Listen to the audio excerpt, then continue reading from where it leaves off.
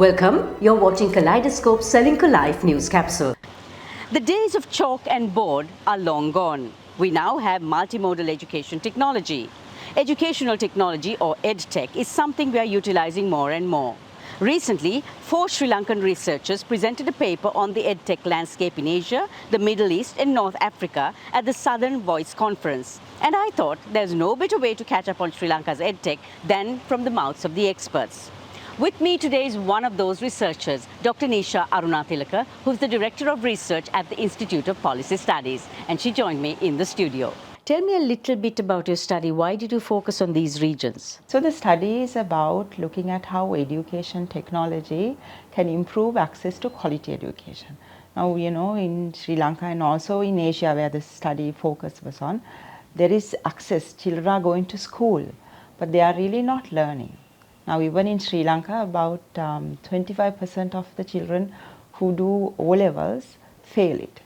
So this is about, during the COVID-19, a lot of technology was brought in to provide access to education. So this is about learning about these different initiatives and trying to learn from each other. What is Sri Lanka's situation like in EdTech? What are we doing right? So there are really very good programs.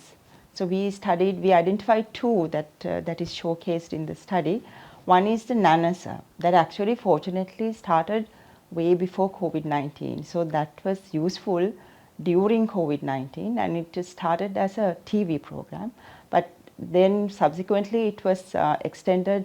Now it is available on the mobile phone and on the computer.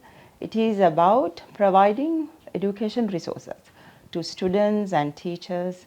It has kind of evolved over time. So when looking at Sri Lanka comparatively, what major changes do you think are needed? We are not using EdTech strategically. What we learned from looking at Asia is there are programs, for example, in India, there is something called O-Labs, which is providing virtual laboratory experiences for children in rural areas who don't have access to labs. Then there are other programs which is targeted at children with disabilities. So we can use examples like this to improve access to quality education where there are gaps in Sri Lanka.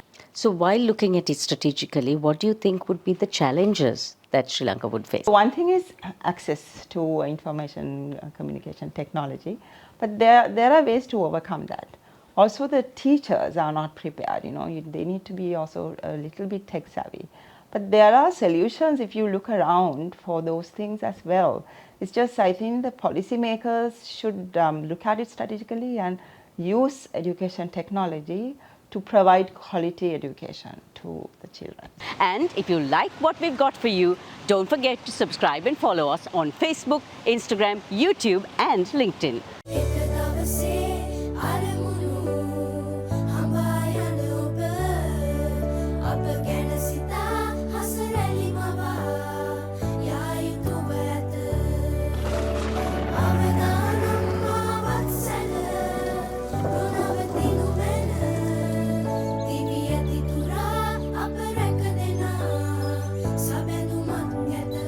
You focus on your goals. We will take care of the risks. Ceylinco Life.